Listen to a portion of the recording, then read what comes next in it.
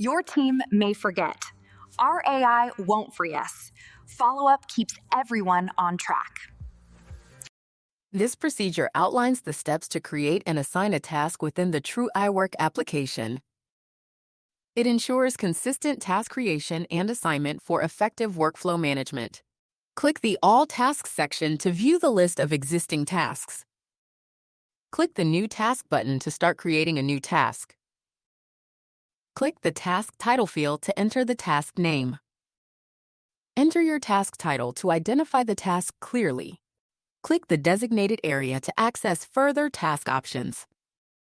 Navigate to the Task Details section to provide more information. Click the relevant option to set the task priority level. Click the task's data. Click Assign it to myself to take ownership of the task. Click Pick a date and time, optional, to schedule the task. Choose the desired date for the task completion.